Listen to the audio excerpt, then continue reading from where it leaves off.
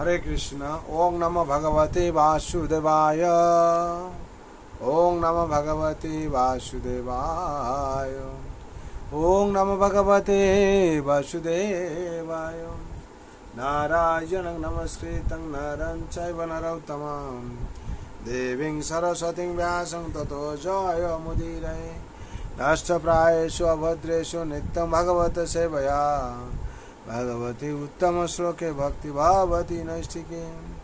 कृष्णाय वासुदेवाय हरये परमात्मने प्रणतः क्लेशनाशाय गोविन्दाय नमो नमः। हरे कृष्ण। श्रीमद् भागवत स्कंद 10 अध्याय 10 श्लोक संख्या 11।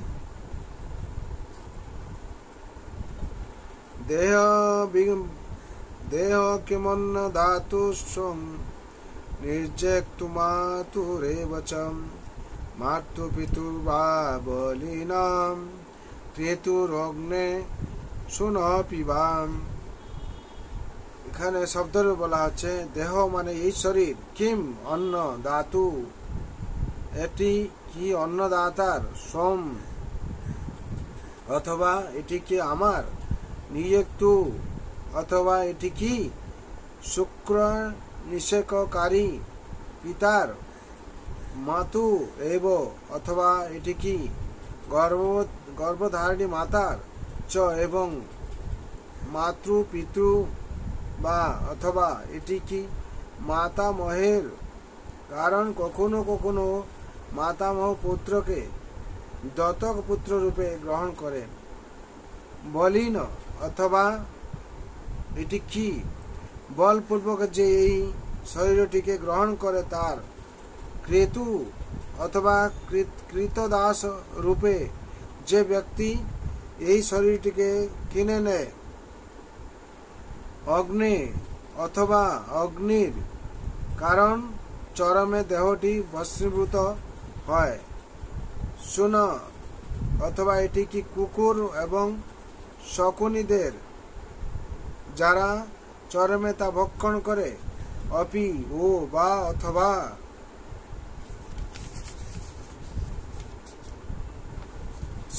অনুবাদ। জীবিত অবস্থায় শরীরটিকে অন্নদাতার, পিতার, গর্ভধারিণী মাতার, মাতামহের বলপূর্বক গ্রহণকারীর, মূল্যের দ্বারা ক্রয়কারীর, নাকি পুত্রদের যারা অগ্নিতে তা দহন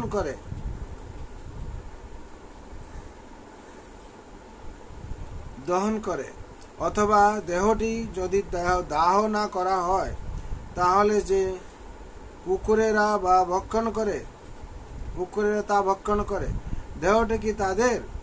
এই সমস্ত বস্তু সম্ভাব্য দাবিদারদের মধ্যে প্রত্যেক দাবি কার তা স্থির না করে পাপকর্মের দ্বারা দেহটির পালন করা ঠিক নয়। শ্লোক সংখ্যা 12। এবং সাধারণ দেহ অব্যক্ত প্রভবাপ্যয়ম কো বিদ্যানা তো সাদ কৃত্যান্তি জন্তু নো তেহসম। শব্দরূপে বলা হচ্ছে এবং এইভাবে সাধারণম সকলের সম্পত্তি, দেহ অব্যক্ত প্রকৃতি থেকে প্রভাব এইভাবে ব্যক্ত, অপ্যয়ম এবং পুনরায় অব্যক্তে লীন হয়ে যায়।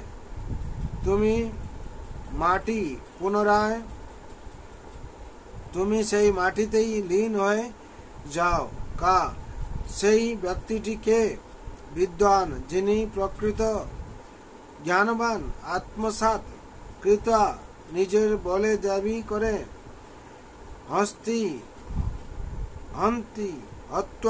হত্যা করে জন্তুন অসহায় পশুদের হরিতে বিনা অসত জ্ঞানহীন মূর্খ। শব্দ এখানে অনুবাদে বলা হচ্ছে অব্যক্ত প্রকৃতি থেকে এই দেহের উৎপত্তি হয়েছে এবং প্রকৃতি তার লয় হয়, তাই এটি সকলেরই সম্পত্তি। এই প্রকার সাধারণের ভোগ্য এই জড় দেহটিকে নিজের বলে দাবি করে তা প্রীতি সাধনের জন্য পশু হত্যা আদি পাপ কার্য দুর্জন ব্যতীত অন্য কেউ তা করতে পারে না। অব্যক্ত প্রকৃতি থেকে এই দেহের উৎপত্তি হয়েছে এবং প্রকৃতিতেই তার লয় হয়।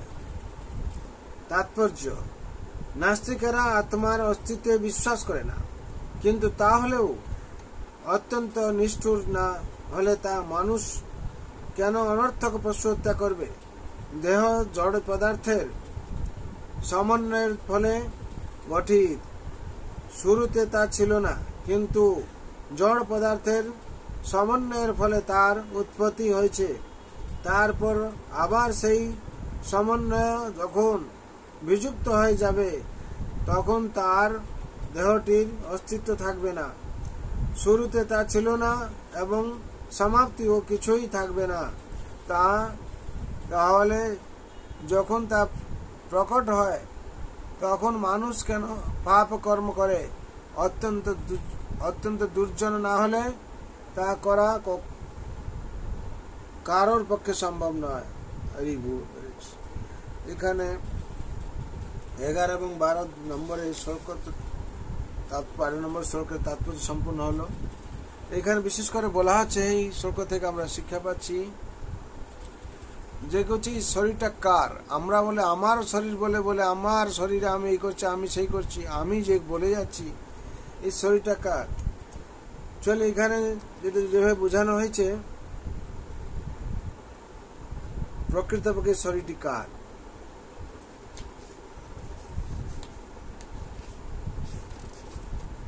বলা হচ্ছে, জীবিত অবস্থায় শরীরটিকে অন্নদাতা।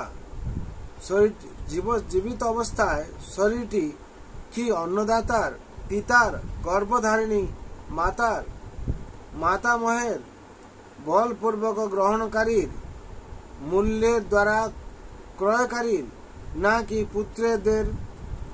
পুত্রদের যারা অগ্নিতে তা দহন করে? অথবা দেহটি যদি দাহ না করা হয়, তাহলে যে কুকুরেরা তা ভক্ষণ করে, দেহটি কি তাদের?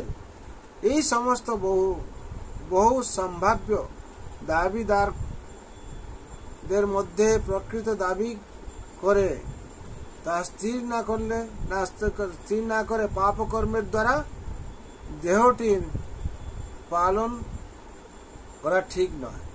বলেছে তাহলে দেহটি কার?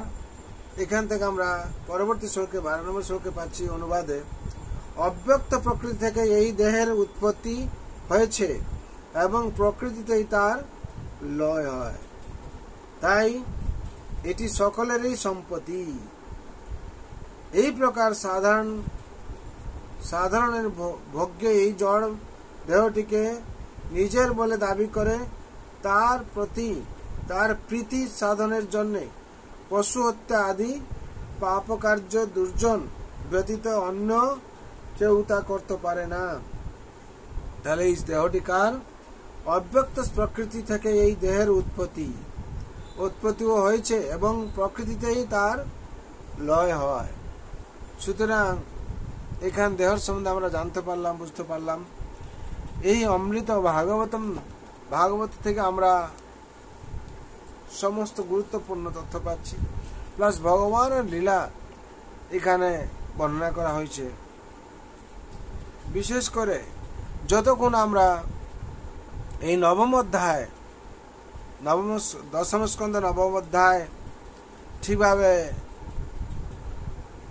পাঠ না করছি কিংবা ভগবানকে না বুঝতে পারছি, ততক্ষণ আমাদের মধ্যে সেই জ্ঞান উদয় হবে না। তার জন্য ভগবানকে বুঝার জন্য নিত্যম ভাগবত সেবায় প্রত্যেক দিন ভাগবত পাঠ শ্রবণ করতে হবে এবং পড়তে হবে। যার সুবিধা আছে আপনারা পড়ে জানুন, আর যাদের সেরকম পড়ার সুবিধা নেই তারা শ্রবণ করুন, কেন শ্রবণ মাত্র মুখে পাই ত্রিতাপ মান না লাগাই। এই যে ত্রিতাপ ক্লেশে আমরা জর্জরিত হচ্ছি, সেই ত্রিতাপ ক্লেশ থেকে রক্ষা কি করে পাবো? যখন হচ্ছে ভাগবত পাঠ শ্রবণ করব, নিত্যম ভাগবত সেবয়া ভাগবতে উত্তম শ্লোকে ভক্তি ভগবতী নষ্টিকে। আর ভাগবতের এই উত্তম শ্লোক শ্রবণ করার ফলে আমাদের কি হবে না, জন্ম মৃত্যু জরা ব্যাধি চক্র থেকে আমরা মুক্তি পাবো। আর হচ্ছে ভগবানের নিত্য দাসত্ব স্বীকার করতে পারবো এবং ভগবানের সেবায় আমরা নিয়োজিত হতে পারবো। তার জন্য প্রত্যেকদিন যদি আমরা শ্রবণ করি, এই শ্রবণ হচ্ছে ভক্তির শ্রেষ্ঠ অঙ্গ। নবদা ভক্তির মধ্যে বলা হয়েছে শ্রবণম কীর্তনম স্মরণম বিষ্ণু পাদ সেবনম অর্চনম বন্দনম দাস্যম সক্ষম আত্মনিবেদনম। এই নবদা ভক্তির মধ্যে শ্রবণকে শ্রেষ্ঠ বলে করা হয়েছে, যার জন্য আমাদের শ্রবণ করতে হবে। শ্রবণ মাত্রে যার জন্য বলা হয়েছে নিত্যম ভাগবত সেবয়া, প্রত্যেক দিনে ভাগবত পাঠ আমাদের শ্রবণ করা উচিত, তারপরে আমাদের সার্বিক মঙ্গল হবে। আজকে সবাইয়ের জন্য ভগবান রাতুল চরণ প্রার্থনা করছি যাতে সবার মঙ্গল হয়। সর্বন্ত সুখিন সর্বে শান্ত নিরাময় সর্বে ভদ্রাণি পশ্যন্ত মা কশ্চিৎ দুঃখ ভাগ ভবে। হরে কৃষ্ণ কৃষ্ণ কৃষ্ণ হরে হরে, हरे राम राम राम हरे हरे। जय हरि नाम महाप्रभु की जय, जगत गुरु शिल प्रभुपाद की, श्री गुरु महाराज की जय, श्रीमद् भगवती तथा की जय, श्रीमद् भागवत महापुराण की जय, अनंत कोटि वैष्णव भक्त वृंद की जय, उपस्थित भक्त वृंद की जय। निताय गौर गमानंदे हरि हरि।